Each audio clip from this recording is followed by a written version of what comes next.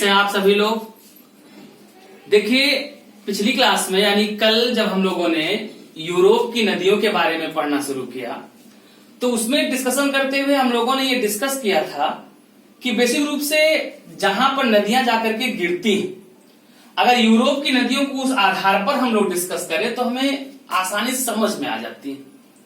उसमें हम लोगों ने कल मेडिटेरियन सी की रिवर्स, भूमध्य सागर की नदियों के बारे में डिस्कशन किया था।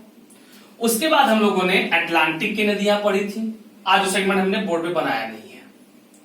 और उसके बाद हम लोगों ने इंग्लिश चैनल तक की नदी पढ़ ली थी।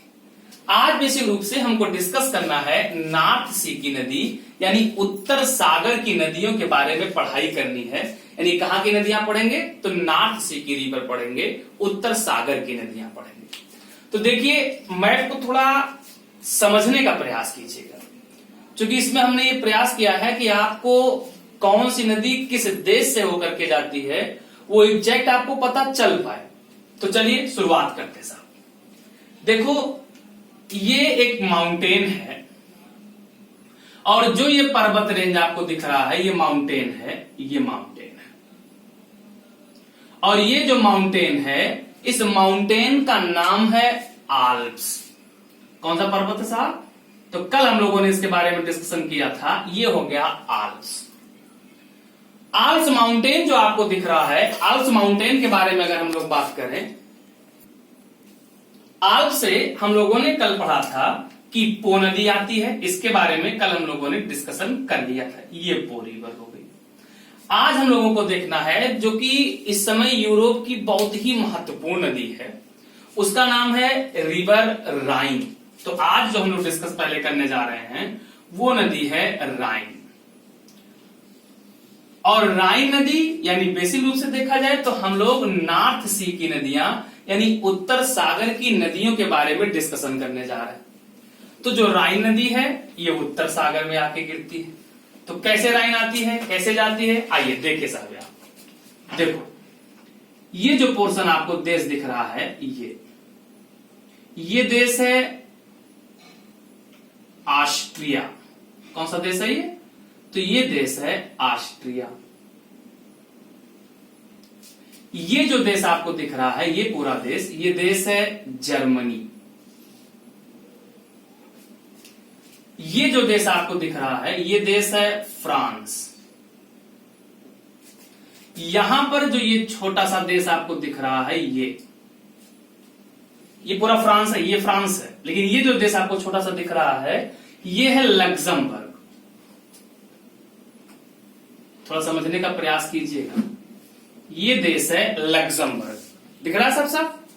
फिर ये जो देश आपको दिख रहा है ये देश है बेल्जियम। कौन सा देश है ये? तो ये देश है बेल्जियम। और उसके बाद ये जो देश है ये देश है नीदरलैंड। कौन सा देश है ये? तो ये देश है नीदरलैंड। फिर इससे आगे हम बढ़े तो ये जो देश आपको दिख रहा है ये देश है स्विट्जरलैंड। ये कौन सा देश है? तो ये है स्विट्जरलैंड। अब यहां एक बात ध्यान दीजिएगा, इसी स्विट्जरलैंड और इसी ऑस्ट्रिया के बीच में ये जो देश है, इस देश का नाम है, ये जो देश आपको दिख रहा है ये वाला, इस देश का नाम है लिस्टेनटेनिस। क्या नाम है इसका? लिस्टेनटेनिस करके है।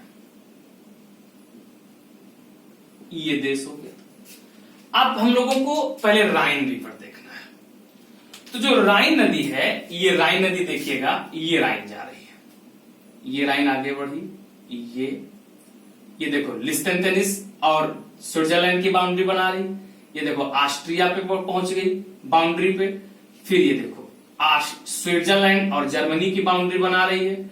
फिर ये आगे बढ़ी, ये देखो ये पहुंची आगे। यहां ध्यान दीजिएगा ये देश कौन सा? फ्रांस। ये बाउंड्री किसकी है? तो ये बाउंड्री है फ्रांस की। और ये देश कौन सा? जर्मनी। इसकी बाउंड्री बना रही है। फिर ये आगे बढ़ गई, ये कहां पहुंच गई? पूर्णतः जर्मनी में। फिर इससे आगे बढ़ी जर्मनी से होकर के ये पहुंची नीदरलैंड। और नीदरलैंड में आकर के ये नीदरलैंड से होकर के कहां आगे गिर जाती है? नॉर्थ सी। नहीं बात समझ में? फिर से एक बार देखिएगा। ओरिजिनेटेड फ्रॉम आल्प्स, आल्प्स से निकलती है। फिर आगे बढ़ती है तो ये लिस्टेनटेनिस मिला, ऑस्ट्रिया, ये कौन है, स्विट्जरलैंड है, ये जर्मनी है, ये फ्रांस है। तो देखो जरा यहां, ये आल्प्स से आगे बढ़ी, ये आगे बढ़ी, ये देखो लिस्टेनटेनिस और स्विट्जरलैंड की बाउंड्री पर आगे बढ़ी। फिर आज से आगे बढ़ी तो ये ऑस्ट्रिया स्विट्जरलैंड की बाउंड्री पर, फिर स्विट्जरलैंड जर्मनी की बाउंड्री पर, फिर आगे बढ़ी तो फ्रांस और जर्मनी की बाउंड्री पर, और फिर इससे जर्मनी में चली गई और इससे आगे बढ़ करके ये कहां चली गई, नीदरलैंड से होकर के, और कहां गिर जाती है, नॉर्थ सी में गिर जाती है। इतनी बात समझ में आई? क्लियर? आप देखो आप तो यहां पर जो ये पर्वत है ये माउंटेन है। ये जो माउंटेन आपको दिख रहा है इस माउंटेन का नाम है वासजेज माउंटेन। कौन सा पर्वत है ये? वासजेज पर्वत है। और ये जो माउंटेन आपको दिख रहा है ये माउंटेन है ब्लैक फॉरेस्ट। कौन सा माउंटेन हो गया? Black forest. आप वासजेज और ब्लैक फॉरेस्ट के बीच से जो नदी प्रवाहित होकर के जा रही है, जो नदी बहती हुई जा रही है, यही नदी कौन सी है? राइन नदी। इतनी बात समझ में आ गई? क्लियर एकदम? आप देखो अब राइन की सहायक नदियां देखते हैं। तो अगर राइन की सहायक नदियों के बारे में देखें तो ये नदी आकर के जो मिल रही है स्विट्जरलैंड में ही, ये राइन की ट्रिब्यूटरी है, सहायक है। इसका नाम है आर, ए आर। कौन सी नदी हो गई? आर हो गई। किसकी सहायक? राइन की। उसके बाद ये नदी जाती है जो कि लग्जमबर्ग की बाउंड्री से होकर के जाती है। ध्यान से देखिएगा, ये नदी जा रही है, ये आकर के किसमें मिल जाती है? राइन। और इसका नाम है मोसेली। कौन सी नदी हो गई? मोसेली। उसके बाद इसमें आकर के जर्मनी की तरफ से नदी आकर के मिलती है, और जर्मनी की ओर से आके जो नदी मिलती है उसका नाम है मेन। और उसके बाद एक नदी ये बेल्जियम से होकर के आगे बढ़कर के नीदरलैंड में आके इसमें मिलती है, ये इस नदी का नाम है म्यूस, MEUS। ये किसकी सहायक नदियां हो गई? राइन की। क्लियर एकदम? तो इसको लिख लीजिए, नोट करवा दे रहे हम आपको, लिखिए। तो बेसिक रूप से याद रखने के लिए आपको हम बता दें कि हम लोगों ने पढ़ा कि जो राइन रिवर है, इस राइन की ओरिजिन कहां से हो गई? आल्प्स से। फिर जो राइन नदी है, यानी आल्प्स मतलब कहां से निकली? स्विट्जरलैंड। तो ये देखो स्विट्जरलैंड का मैप हम लोगों ने बनाया, ये देखो स्विट्जरलैंड में चलेगी। फिर जब स्विट्जरलैंड से आगे बढ़ी तो कौन सा देश पड़ा इसको? किसकी बाउंड्री पर गई? तो स्विट्जरलैंड और लिस्टेनटेनिस की बाउंड्री पर गई। क्लियर है एकदम? फिर इससे आगे जब बढ़ी तो स्विट्जरलैंड और ऑस्ट्रिया की बाउंड्री पर प्रवाहित हुई। फिर इससे आगे जब बढ़ी तो स्विट्जरलैंड और जर्मनी की बाउंड्री पर प्रवाहित हुई। समझ में आ रहा है? फिर इससे आगे जब बढ़ी तो फ्रांस और जर्मनी की बाउंड्री पर प्रवाहित हुई। फिर इससे आगे जब गई तो कहां पहुंच गई? जर्मनी। और जर्मनी से आगे बढ़ने के बाद नीदरलैंड पहुंची, और नीदरलैंड के बाद कहां अपना गिर जाती है? नॉर्थ सी में, उत्तर सागर। इतनी बात समझ में आ गई? आप देखो तो राइन नदी किन दो पर्वतों के बीच रिफ्ट वैली में बहती है, भ्रंश घाटी में बहती है। तो एक पर्वत हो गया वासजेज जो कि फ्रांस में है, और दूसरा कौन सा हो गया? ब्लैक फॉरेस्ट जो कि कहां है? जर्मनी में है। तो किन दो पर्वतों के बीच से? वासजेज और ब्लैक फॉरेस्ट के बीच से बहती है कौन सी नदी? राइन। सहायक में हम लोगों ने कौन कौन सी पढ़ लिया? आर, मोसली, म्यूस और मेन। किसकी सहायक नदियां हैं? तो राइन की है। इतनी बात समझ में आ गई एकदम? आप देखो आगे जो राइन रिवर है इसके बारे में आप याद रखिएगा। राइन नदी को वर्तमान में यूरोप की लाइफ लाइन कहते हैं, जीवन रेखा कहलाती है राइन नदी। कहां की? यूरोप की जीवन रेखा कहलाती है। राइन का जो ये बेसिन है, खास करके जो जर्मनी में राइन है, ये देखो आप यहां ध्यान देना, ये जो जर्मनी में राइन नदी है, ये इस क्षेत्र को, इसके बेसिन को रूर कहा जाता है, यानी रूर का बेसिन कहते हैं। रूर के बेसिन का मतलब है कि this region is rich in industrialisation. ये जो क्षेत्र है ये उद्योग में बहुत ही निपुण क्षेत्र है। यहाँ उद्योग की अनुकूल परिस्थितियां और संसाधन दोनों उपलब्ध है। खास करके जो राइन नदी है, राइन नदी का ये तटीय भाग कोयला के लिए बहुत प्रसिद्ध है, कोल के लिए बहुत फेमस है। किसके लिए जाना जाता है? तो कोयला के लिए जाना जाता है। इतनी बात समझ में? अब इसी ब्लैक फॉरेस्ट से जो नदी आएगी अभी, वो आएगी डेन्यूब। तो पहले डेन्यूब बताते हैं, फिर इन दोनों नदियों को आपस में जोड़ा गया है, नहर बनाई गई। उस नहर को नाम देते हैं राइन मेन डेन्यूब कैनाल। क्या कहते हैं इसको? तो इसको कहते हैं राइन मेन डेन्यूब कैनाल। तो पहले डेन्यूब को आपको समझा देते हैं पूरा, फिर इन दोनों नहरों को आपस में जोड़ देते हैं। सीधे हम लोग ब्लैक सी और किसको जोड़ देंगे? नॉर्थ सी को। Is that clear? तो देखो डेन्यूब। तो अब अगर हम लोग डेन्यूब नदी के बारे में देखें, ध्यान समझिएगा, समझ में आ रहा है ना आप लोगों को? देखो अब डेन्यूब के बारे में देखते हैं। अगर डेन्यूब नदी के बारे में देखें तो बेसिक रूप से डेन्यूब की ओरिजिन होती है ब्लैक फॉरेस्ट से। कहां से निकलती है डेन्यूब? Black forest. ये देखो साहब, ये जो रेंज है, ये माउंटेन है जर्मनी में, इसी माउंटेन का नाम है ब्लैक फॉरेस्ट। क्या नाम है इसका? तो इसी का नाम है ब्लैक फॉरेस्ट। और इसी ब्लैक फॉरेस्ट से जो नदी निकलती है, इसी नदी का नाम है डेन्यूब। कौन सी नदी है ये? तो ये हो गई डेन्यूब रिवर।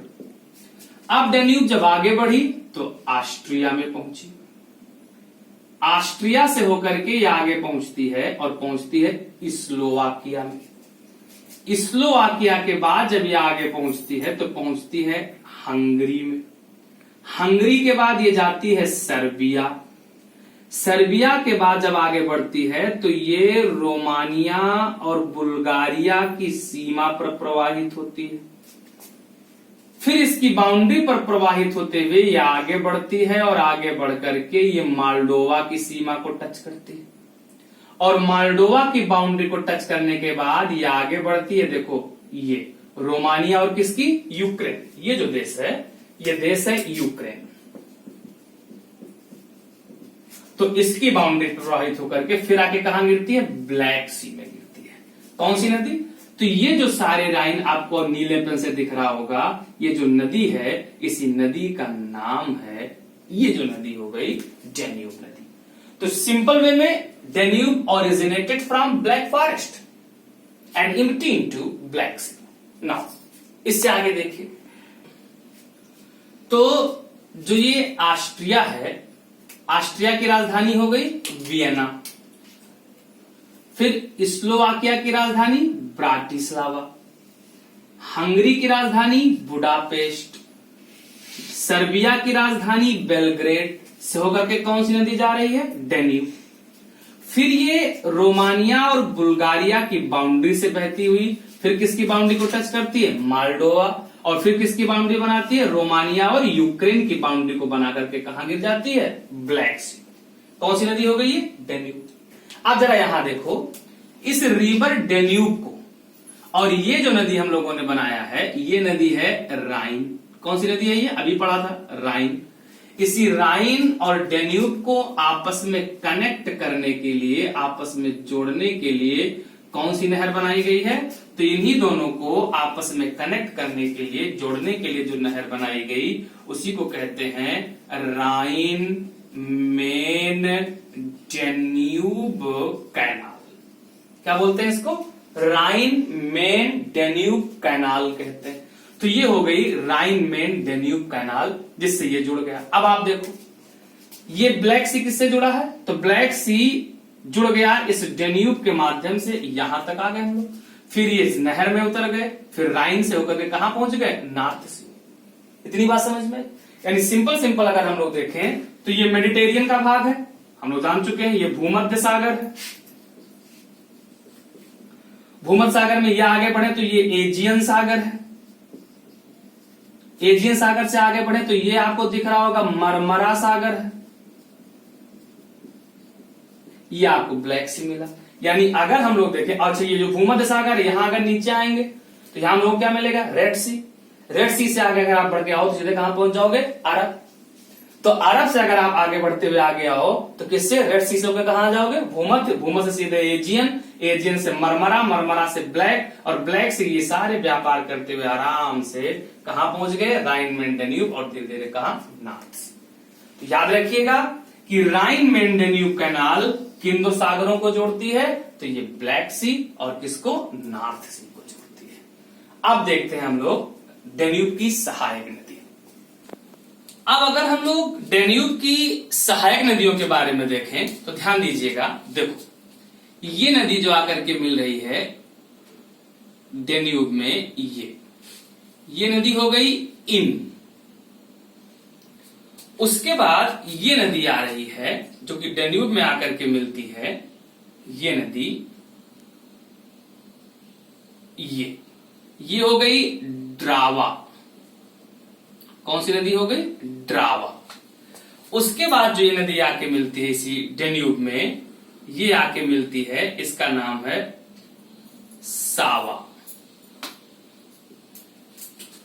और उसके बाद ये नदी आकर के जो डेन्यूब में मिल रही है, ये, इसका नाम है मोरावा। तो इन, ड्रावा, सावा, मोरावा किसकी सहायक हो गई, डेन्यूब की। उसके बाद एक नदी ये आती है और ये भी आके डेन्यूब में मिलती है, इसका नाम है आल्ट। और एक सबसे खास बात ये है इसमें, आपको जो ध्यान देना है, ध्यान ये देना है कि एक नदी आ रही है और इसके बाद जो ये नदी आती है, ये नदी हो गई, ये जो नदी है ये हो गई प्रूट। तो सिंपल हमको सहायक हम लोगों ने देख लिया, एक कौन सी हो गई, इन, दूसरी कौन सी हो गई, ड्रावा, फिर कौन सी हो गई, सावा, फिर कौन सी हो गई, मोरावा, उसके बाद कौन सी है, आल्ट, और फिर कौन सी है, प्रूट। तो ये दो नदियां हम लोगों ने क्लियर किया। एक हम लोगों ने सीखा राइन के बारे में और दूसरा सीखा डेन्यूब के बारे में। अब चलिए आगे बढ़ते हैं। देखो अब इससे आगे अगर हम लोग बढ़ें तो देखिए, नॉर्थ सी की अगली नदी के बारे में देखें तो ये नदी है वेजर, ये नदी हो गई, और ये नदी है वेजर, WESER। बेसिकली जो वेजर रिवर है ये दो नदियों के मिलने से बनी है, और जिन दो नदियों के मिलने से बनी है, इनमें दो नदियां जो मिलती हैं, एक है फुल्डा और दूसरी है वेर्रा। तो फुल्डा और वेर्रा, इन दोनों के संगम से जो नदी बनी, उस नदी का नाम क्या है, वेजर नदी नाम है। कौन सी नदी, वेजर। दूसरी खास बात देखो, ये जो देश आपको दिख रहा होगा, ये जो देश दिख रहा है आपको, ये देश है चेक रिपब्लिक, चक गणराज्य है। और जो ये आपको चक गणराज्य दिख रहा है, इसी चक गणराज्य से बोहेमियन मैसिव का क्षेत्र आता है, यहीं से एक नदी जाती है, निकलती है ये, और ये जो नदी है, इस नदी का नाम है यल्ब।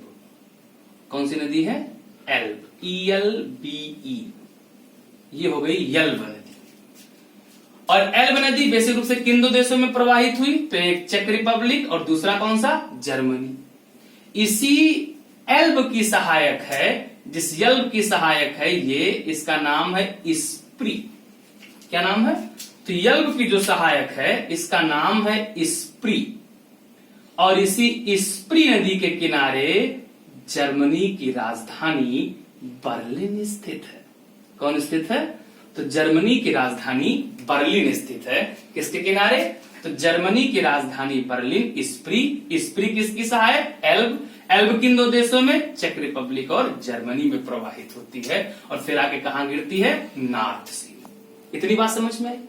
अगली खास बात यह है, ये आपको जो देश दिख रहा होगा ये है यूनाइटेड किंगडम। कौन सा देश है ये, तो ये हो गया यूके, यूनाइटेड किंगडम। और जो ये यूनाइटेड किंगडम है, यहां की सबसे खास प्रमुख नदी जो है ये है टेम्स।